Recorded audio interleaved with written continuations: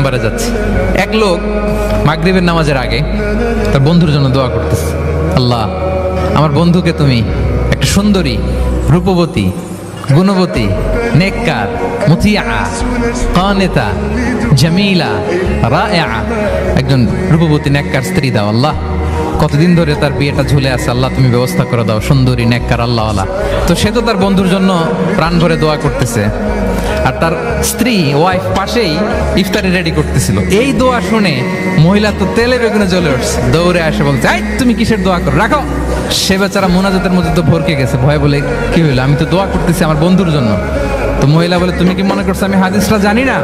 অন্যের জন্য কোনো ভালো দোয়া করলে আগে যেটা নিজের জন্য কবুল হয়, তুমি মনে করছো আমি জানি না?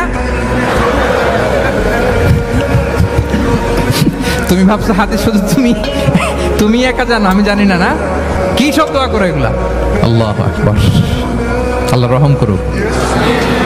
প্রিয় ভাইরা, এটা বলার উদ্দেশ্য হচ্ছে আপনি ভালো কিছু অন্যের জন্য চাইলে আল্লাহ তাআলা এটা নিজের